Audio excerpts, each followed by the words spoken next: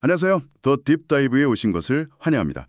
최근에 이 누리호 4차 발사 성공 관련해서 보내주신 자료들 정말 흥미롭게 봤습니다. 자료들을 쭉 읽어보면서 저희도 딱 한 가지 질문에 꽂히게 되더라고요. 그러니까 이전에도 성공은 있었는데 왜 유독 이번 발사를 두고 역사적 전환점이다, 새로운 시대의 시작이다 이런 표현들을 쓸까? 단순히 네 번째 성공이라서는 아닐 텐데요. 오늘 저희는 바로 이 질문의 답을 좀 찾아보려고 합니다.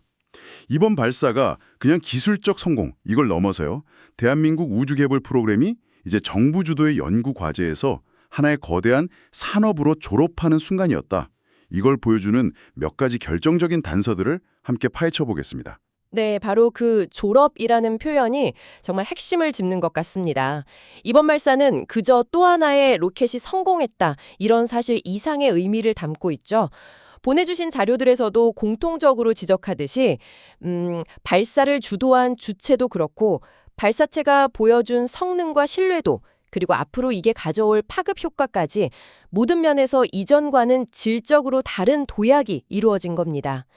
오늘 그 변화의 실체가 뭔지, 그날 새벽 고흥의 밤하늘을 밝혔던 그 불기둥 속에 어떤 이야기들이 담겨 있는지 깊이 한번 들여다보겠습니다. 좋습니다. 그럼 먼저 그 순간 2025년 11월 27일 새벽으로 한번 돌아가 보죠.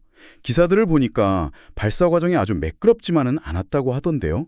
예정 시간보다 좀 늦어졌죠. 네, 맞습니다. 원래 발사 예정 시각은 새벽 0시 55분이었습니다. 그런데 발사 카운트다운을 자동으로 제어하는 피에로, 그러니까 발사 자동 운용 시스템이 마지막 단계에서 경고 신호를 보냈어요. 피에로요? 네, 문제가 된 건 엄빌리칼 회수 관련 센서였습니다. 아, 엄빌리칼이라면 그 마치 탯줄 같은 그거 말씀이시죠? 발사 직전까지 로켓의 연료랑 전기를 공급해주는. 정확한 비유입니다. 발사 직전에 이 탯줄이 아주 깔끔하게 분리되고 안전하게 회수되어야 하는데 이걸 확인하는 센서에서 이상 신호가 잡힌 거죠. 와, 자칫하면 발사가 중단될 수도 있었겠네요. 네, 정말 아찔한 순간이었죠. 관제센터에도 잠시 긴장감이 흘렀는데 현장 기술진들이 정말 신속하게 원인을 파악하고 조치를 완료했습니다. 결국 18분 뒤인 새벽 1시 13분에 누리호가 밤하늘로 솟아올랐습니다. 오히려 이런 돌발 상황에 침착하게 대처했다는 것 자체가 기술이 그만큼 성숙했다는 증거 아닐까요? 그렇죠. 그렇게 볼 수 있습니다. 그럼 그 거대한 동체 안에는 무엇이 실려 있었나요? 이번에 역대 가장 많은 손님을 태웠다고 하던데요. 맞습니다. 이번 비행의 주인공은 차세대 중용위성 3호였고요. 여기에 더해서 대학과 연구소에서 개발한 초소형 큐브 위성 12개까지 총 13개의 위성을 싣고 갔습니다. 13개나요? 네, 그중 차세대 중형위성 3호는 무게가 한 500kg 정도 되는 KI가 개발한 본격적인 우주과학 연구위성입니다. 앞으로 1년 동안 하루에 지구를 15바퀴씩 돌면서요, 무중력 상태에서 줄기세포가 어떻게 되는지 관찰하는 실험도 하고 우주 공간의 플라즈마 상태를 정밀 측정하는 그런 중요한 임무를 수행하게 됩니다. 위성들이 제자리를 찾아가는 과정도 정말 한편의 드라마였을 것 같은데요. 구체적인 비행 과정은 어땠나요? 정말 교과서적인 비행을 보여줬습니다. 발사하고 약 2분, 정확히는 122.3초가 지났을 때 고도 66km 상공에서 1단 로켓이 임무를 마치고 분리됐고요. 네. 그 후 약 4분 뒤에는 위성을 보호하던 덮개, 페어링이라고 하죠.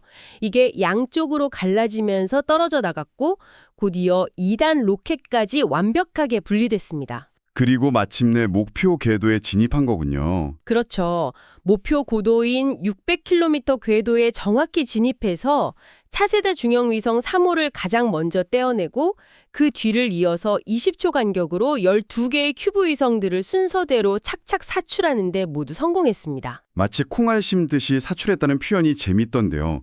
그만큼 정교했다는 뜻이겠죠. 그리고 가장 중요한 순간, 지상과의 교신은 어땠습니까? 발사 후 약 42분 만이었어요.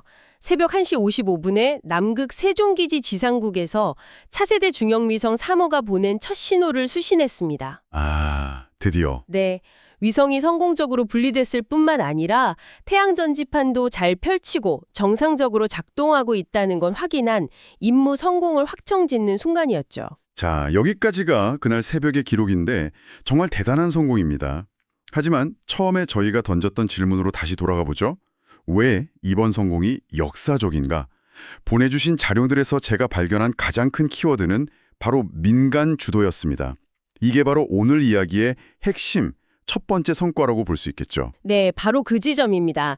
이번 성공의 가장 큰 의미, 첫 번째는 대한민국 우주 개발의 패러다임이 정부에서 민간으로 넘어가는 이 주도권 이전의 첫 성공 사례라는 점입니다. 이전 1, 2, 3차 발사까지는요, 한국항공우주연구원, 즉 항우연이 모든 과정을 총괄하는 주인공이었거든요. 그렇죠. 항우연이 다 했죠. 하지만 이번 4차 발사부터는 달랐습니다. 주연 배우가 바뀐 셈이죠. 주연 배우가 바뀌었다. 네, 체계 종합 기업으로 선정된 항어 에어로스페이스가 프로젝트의 총감독 역할을 맡았습니다. 물론 핵심 기술은 항우연으로부터 이전받았지만 실제 발사체를 제작하고 조립하는 과정, 그리고 여기에 참여하는 한 300여 개 기업들을 관리하고 조율하는 일까지 모두 하나가 주도한 겁니다.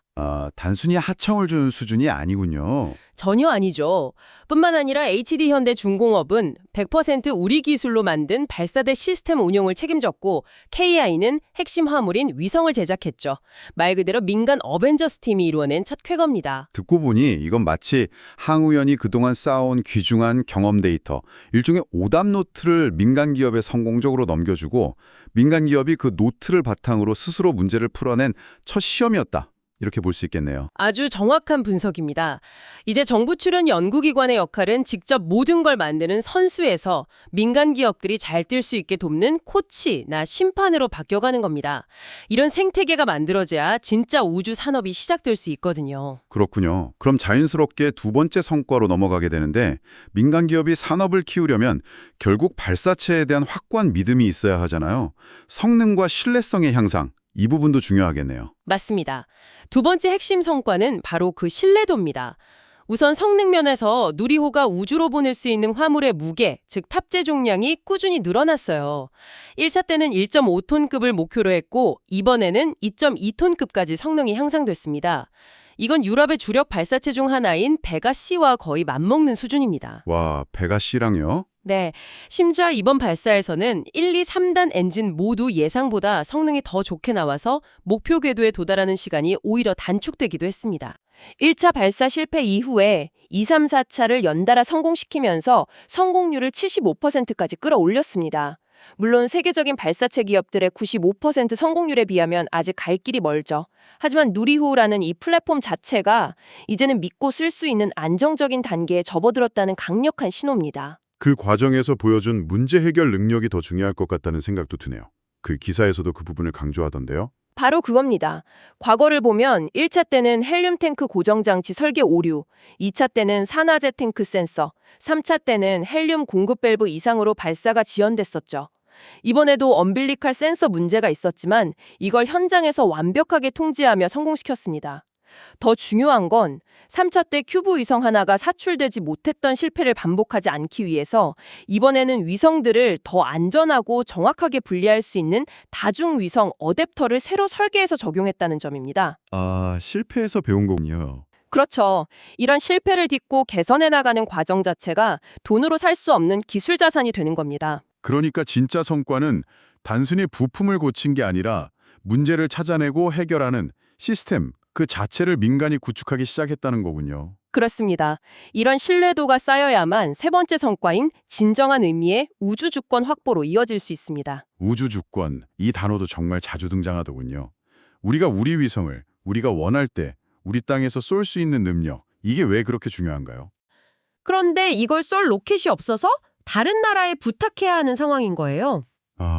발사 비용 수백억 원은 둘째치고 그쪽에서 우리 지금 사정이 안 좋으니 2년 뒤에나 써줄게 라고 하면 그냥 속수무책으로 기다릴 수밖에 없는 겁니다. 실제로 우크라이나 전쟁 때문에 러시아 발사체를 이용하려던 우리 아리랑 6호 위성이 아직도 창고에 있다는 얘기를 들으면 정말 남의 일이 아니네요. 맞습니다. 그게 바로 현실입니다.